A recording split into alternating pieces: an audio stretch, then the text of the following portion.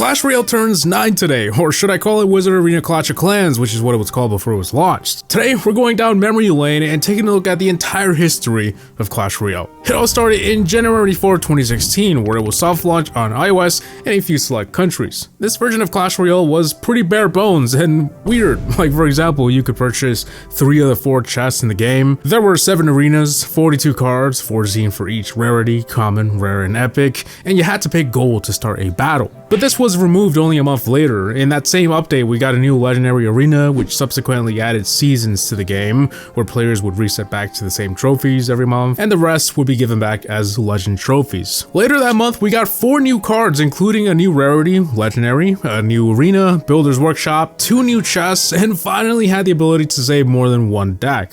Prior to this update, you would have to change your deck every time you wanted to use a different one. The struggle was real. On March 2nd, 2016, the game was globally launched, so now everyone could play, and a little over a month later we got 6 new cards. Supercell was pumping these out like there was no tomorrow. Like later that summer, they would add 2 more legendaries, and we were eating pretty good. During that time, we would also get tournaments, and I remember the hype around this, the highest tournament costing 250,000 gems. It was absolutely nuts. Moving on to September, we got a ton of stuff, like 4 new cards, you could now mute emotes, which was a big deal at the time.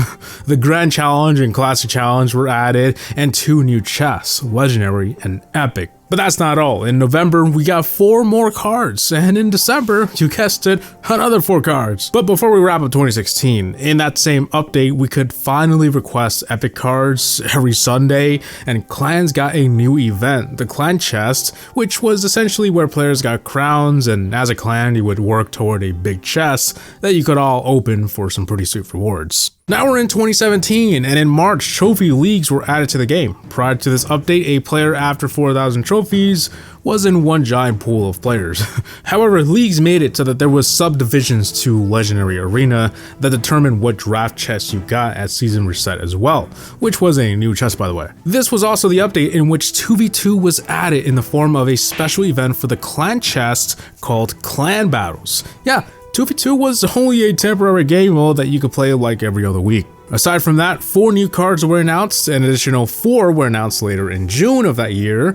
The June update was pretty big, by the way. It added unique challenges for the first time ever, like Triple Elixir, Sudden Death, and Ramp Up, and some pretty sweet quality of life changes, like more deck slots, copying decks, and adding friends. Which couldn't have come at a better time because in August, 2v2 was made a permanent mode. Probably my favorite part about 2017. In October, quests were added, which were exactly what it sounds like. Complete a challenge and get a reward. Simple as that. And a new game mode, Touchdown, which will reappear throughout the years, especially during Super Bowls. And at last, the December update introduced a brand new arena with 4 new cards and 4 new chests, the Lightning, Fortune, Kings, and the Legendary Kings. Overall, a solid year. Moving into 2018, things were pretty slow at first, but behind the scenes, developers were at work with one of the biggest and greatest updates of all times. The Rascals.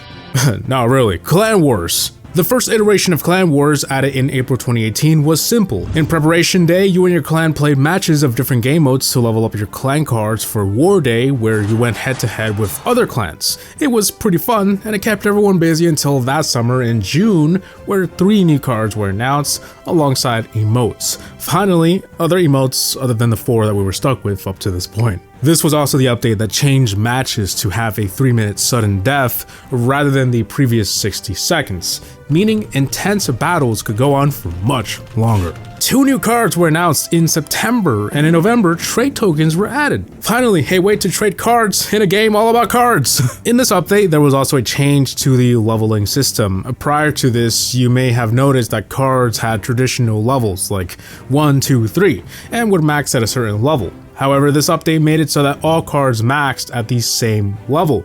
So the max at the time was 13, so all cards would max at level 13. Probably one of my favorite features of 2018 had to be star levels added in December. At the time, and for a while, you had to have max cards first. But free skins, I'm all for it. Before we wrap up 2018, some notable changes in this update. The Super Magical Chest was replaced with the Mega Lightning Chest, we got achievement badges in profiles, and legend trophies were removed, so they no longer accumulated after the season reset. But players were compensated for those trophies, including an exclusive emote, which is now one of the most rare in the game. We are now in 2019, and after a new spooky arena in January, we got a new card in February, the Wallbreakers. But on April, we got another classic update, Trophy Road. Finally, a real reason to push trophies. Aside from that, 2 new cards were announced and a much needed home screen refresh that gave the game a new feel.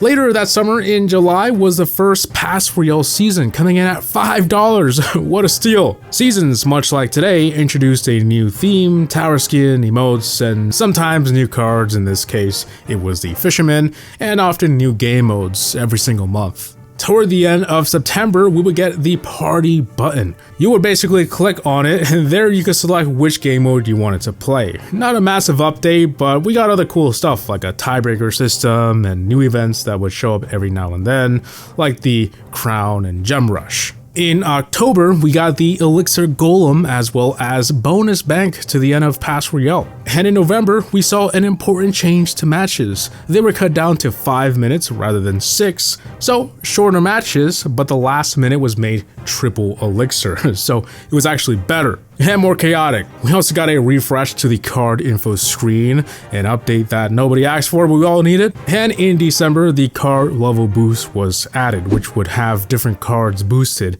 to max level every season. Now we're in 2020, which started off with some new cards, the Firecracker, Royal Delivery, the Heal spell was swapped out for the Heal Spirit, RIP, and the Skeleton Dragons. And in August, Clan Wars 2.0 would be released, a complete overhaul to the Clan Wars feature, which subsequently removed quests from the game. And there were also other changes like deck sharing, a new trader, and the video tab. After a lot of Clan War bug fixes and improvements, we got the Electro Giant later in October, and the Mother Witch that December. Overall, 2020 had quite a bit of cards added and a not so great Clan Wars revision.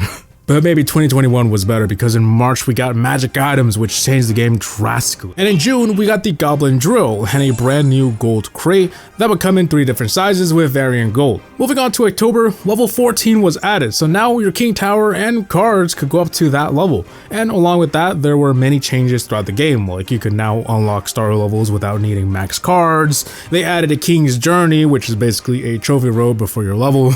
And champions, 3 of them actually, the first new rarity since 2016. But yeah, just like that, 2021 came and went. There wasn't much content, but what we got was some of Supercell's best work. Now we're at 2022, and let's start with temporary cards. That February, we would get the first of these, the Super Lava Hound. I'm only going to be mentioning this one. I just thought it was worth mentioning that this is when they started. In March, we would get another champion, the Mighty Miner, but that was the least exciting thing because the badge system was reworked. So now badges had levels or tiers, and card masteries were introduced, basically achievements for every one of your cards. Later that summer, we would get Battle Banners, which was accompanied by a profile redesign. Finally, you could spruce up your profile with these little backgrounds, decorations, and your own badges. And in October, we got the King level rework. Your level could now go up to level 50 compared to the previous 14 levels.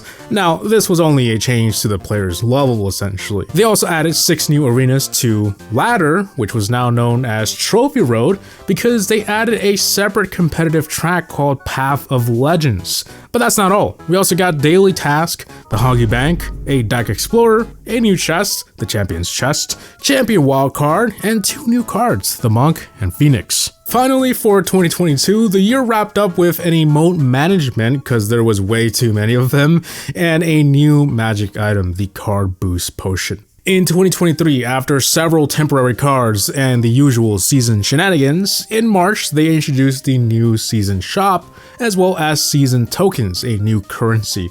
This was to go alongside the new event tab, which was basically to put anything that wasn't Trophy Road or Path of Legends in its own separate corner. And you could earn currency and buy stuff there. This was also the update in which they revamped the season pass, adding an additional tier, Diamond. Everyone loved this update. Let's move on to card evolutions added that June. First, level 15 was added, known as elite levels, and evolutions, new upgrades for existing cards that made them different. You would need a new currency called shards to proceed with the upgrade. I'm not going to be mentioning the evolutions they've added as they're just another variant of existing cards, and they've added them like every season, so there's a lot of them. In October of that year, although this is not really an update, the soft launch on Windows would begin, so you could finally play on PC, and a few months later it would be available for everyone. Also in October, we got an overhaul to Training Camp. You can now practice against the bot with a deck that you previously faced, so you could really learn to defeat a deck that shredded you, and in the process, accidentally become a mid-ladder menace. Also in that update, we got the Little Prince with many voice lines that are beloved among the community, and in December they would update some UI elements. This included tower troops, so although there wasn't none yet,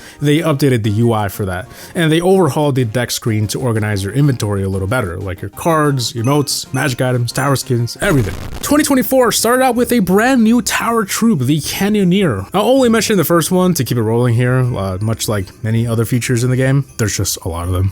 Couple months later, we got Daily Task and the Mystery Box. We already had Daily Task, but they just changed it a little bit.